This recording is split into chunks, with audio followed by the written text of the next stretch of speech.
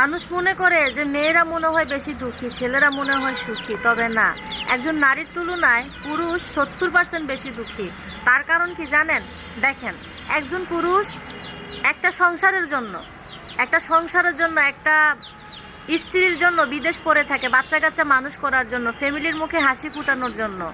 তার কিন্তু মানসিক শারীরিক দুই ধরনের চাহিদা আছে, কিন্তু তার কোনো আক্ষেপ নাই, তার মনে কোনো চিন্তা নাই যে আমি এই জিনিসটা পাইলাম না। কিন্তু একজন নারীর স্বামী যখন বিদেশ যায়, তখন সে ভরণ পায়, পোষণ পায়, তখন তার মনে একটা আক্ষেপ থাকে যে ভাত কাপড়ে কি নারীর পেট ভরে, আরও অনেক ধরনের চাহিদা আছে।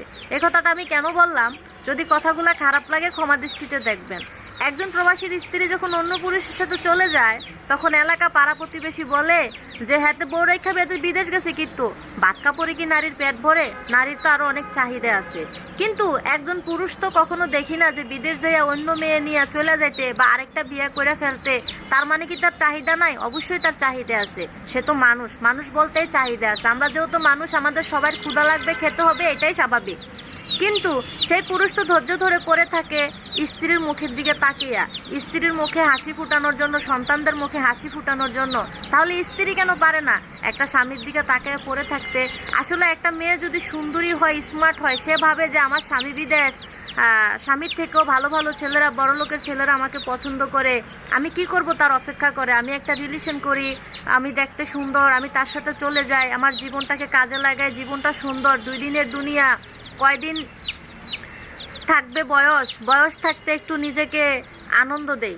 তো এরকম চিন্তা ভাবনা করে যখন একটা মেয়ে অবিবাহিত ছেলের সাথে চলে যায়, একটা বিবাহিত নারী বাচ্চা কাচ্চা রেখে, সেই নারী কখনোই সুখী হতে পারে না। সেই পুরুষ হয়তো তাকে সৌন্দর্য দেখেই বিয়ে করে, কিন্তু বিয়ে করার পর কয়েক বছর যাওয়ার পর তাকে তুচ্ছার অবহেলা শুরু করে। কেন করে? কারণ সে বিবাহিত, তার বাচ্চা কাচ্চা আছে। এবং কি অনেক সময় তো এইটাও বলে ফেলে যে তুমি যদি ভালো হতে তাহলে কি আর স্বামীর সংসার থেকে চলে আসতে।